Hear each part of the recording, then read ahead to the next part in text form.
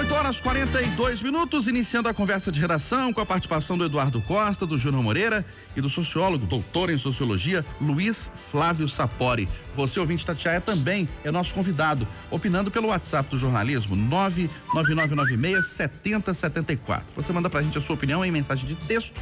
Não se esqueça de colocar o seu nome, o bairro ou a cidade de onde você está falando. Calil assina protocolo de intenção para a compra da Coronavac. Profissionais de saúde serão os primeiros a vacinar.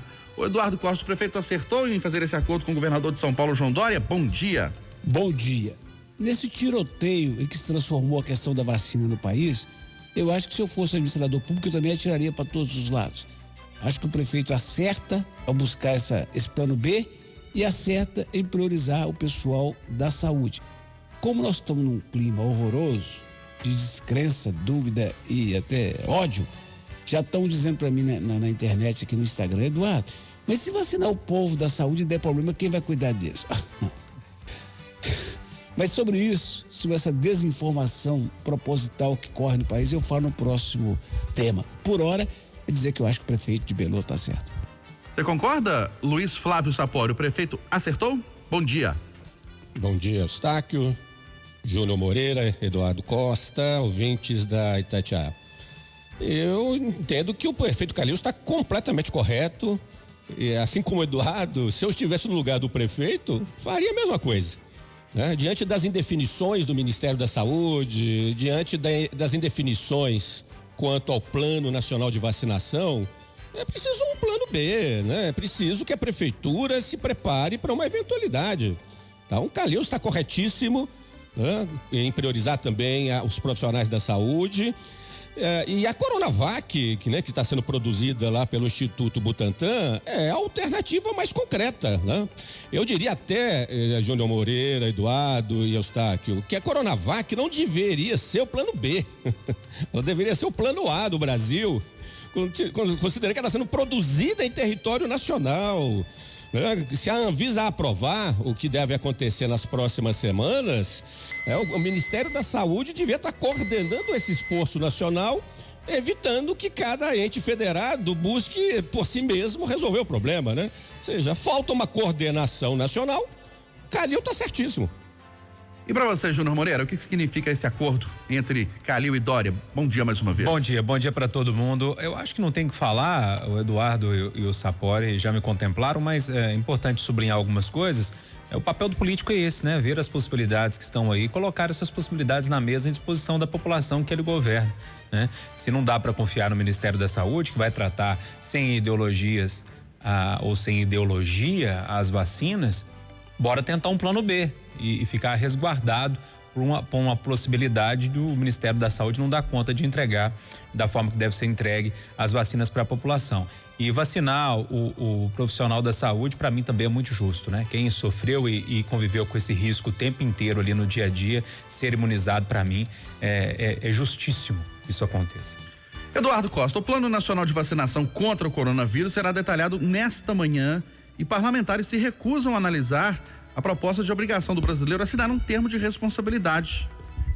Sobre o plano, parabéns para o presidente, para o ministro.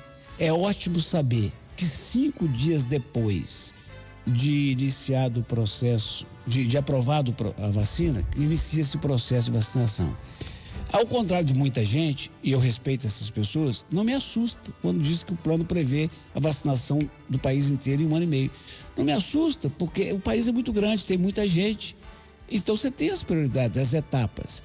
E eu disse ontem à noite, e repeti hoje no Café com Notícia, que as farmácias particulares também vão entrar nisso, como sempre entram nos seus contratos com os laboratórios.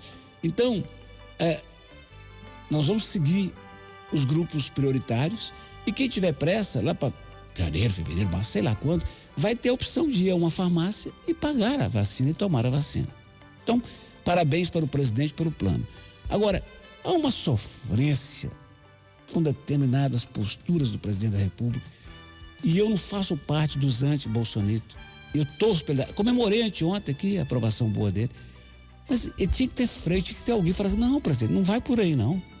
Essa ideia do termo de compromisso para o cara que vai se vacinar. Deus do céu, o presidente, o senhor está influenciando muita gente. Eu imagino entre 20% e 30% da população brasileira que não quer tomar a vacina, principalmente a chinesa.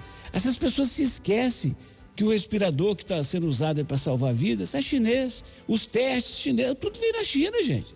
Sem contar a quantidade de coisas que a gente usa diariamente, que vem da China, roupa, aparelhos eletrônicos. Quer dizer, conseguiram. Eu lembrei outro dia aqui, quando o Fernando Henrique era presidente, que criou a vacina contra a gripe para os idosos. Não, o Fernando Henrique quer matar os aposentados. Agora estão conseguindo criar esse clima. As pessoas me perguntam aqui no Instagram: Eduardo, você toma essa vacina? Claro que eu tomo. Claro que eu tomo. Desde que ela seja aprovada pela Anvisa. Agora, senhores, senhoras, eu pago 40% de tudo que eu consigo amealhar ralando o ano inteiro para o governo. O governo tem que me suprir do básico, pelo menos. Aí eu tenho que pagar segurança por fora, escola, por tudo. Agora, a única coisa que o governo... pago também saúde, né? Para poder deixar a saúde pública para quem precisa mais. A única coisa que eu espero que esse governo me devolva é uma Anvisa qualificada, tecnicamente preparada, para garantir que o que eu como não vai me matar e o medicamento que eu uso também não vai me matar. Se o presidente da República, senhor Eustáquio, fala e pedir que o cara que for tomar a vacina, fala assim, você toma, mas você é responsável por acontecer. Ele está dizendo o seguinte, que o que eu estou investindo no meu governo para me dar a garantia, o governo está dizendo que o problema é meu. Quer dizer, isso me dá uma tristeza e está aumentando essa onda contra a vacina no país inteiro. Eu quero dizer respeitosamente ao senhor presidente da República: presidente, o braço é meu e o bumbum também. Então, a Anvisa aprovou, eu estou tomando. Não precisa assinar termo nenhum de responsabilidade. Ô, Júnior, além de aqui no Brasil, né, boa parte das coisas que a gente usa ter sido fabricada na China, nos Estados Unidos também. A pessoa fala assim, vou para os Estados Unidos, vou fazer compra de roupa, de eletroeletrônico, chega lá tudo made in China. Não consigo entender essa resistência não da vacina chinesa. E com a vacina em si, qual que é o problema de tomar uma vacina? Pois é, Eustáquio, essa situação muito complicada vem de muito tempo, né? Desde aquele estudo lá da Lancet, que depois a revista, inclusive, teve que pedir desculpas, né? Aquele médico cientista inglês que postou lá uma relação, se não me falha a memória, sobre a vacina do sarampo, que tinha a ver com autismo. Isso disseminou e muita gente pegou esse assunto e até hoje continua falando sobre esse assunto, né?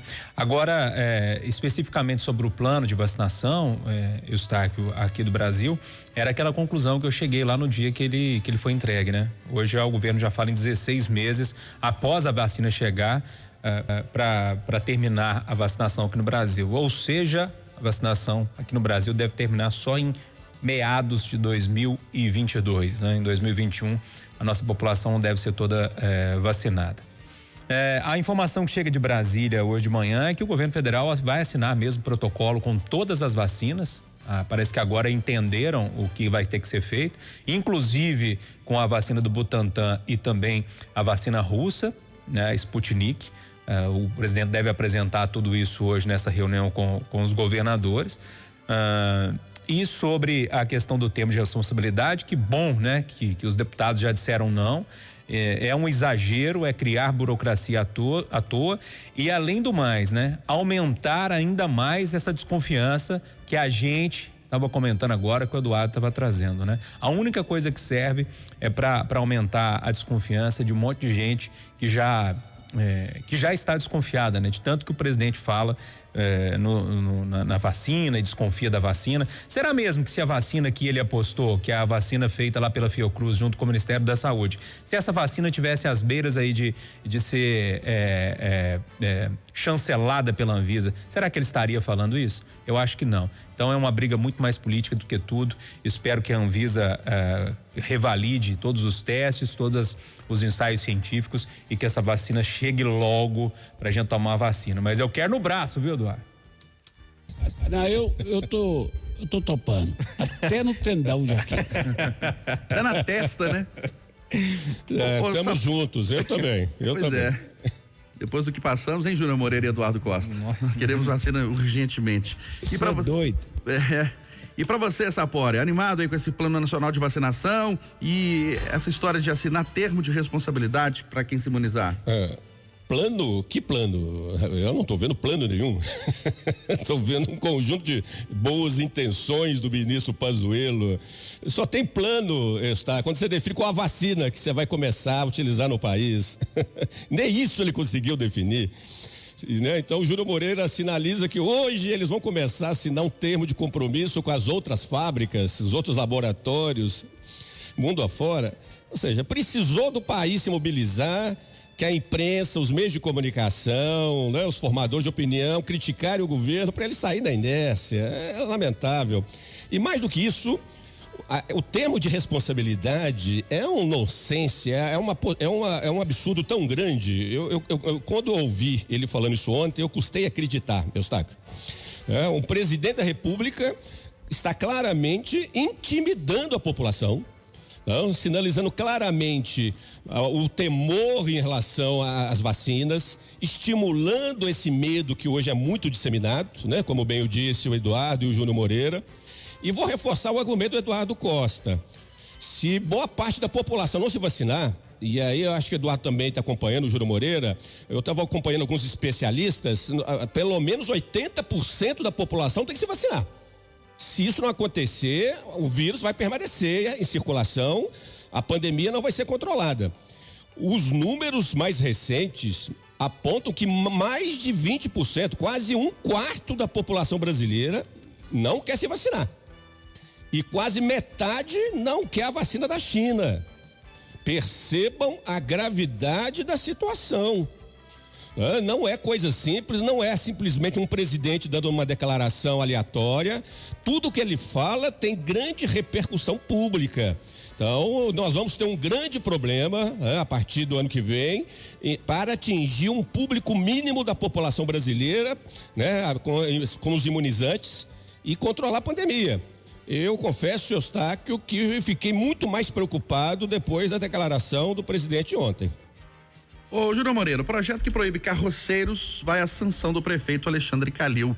Essa lei que vai ser colocada em prática durante 10 anos de forma gradual vai resolver o problema dos supostos maus tratos aos animais? Eu tendo a acreditar que sim.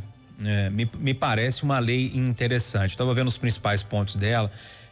Mas tem dois lados nesse projeto de lei, né? Foi aprovado, agora segue para a sanção do Calil. Primeiro, o lado dos maus tratos, né? Que não é só bater, como a gente falou aqui ontem, né? O peso que o cavalo puxa demais. Conheço o animal, gente. Tudo bem, cavalo é um animal de lida, né? Sempre foi, mas alguns exageros acontecem aqui em Belo Horizonte, né? Então é o peso que se puxa mais, é a comida que se dá pro animal, né?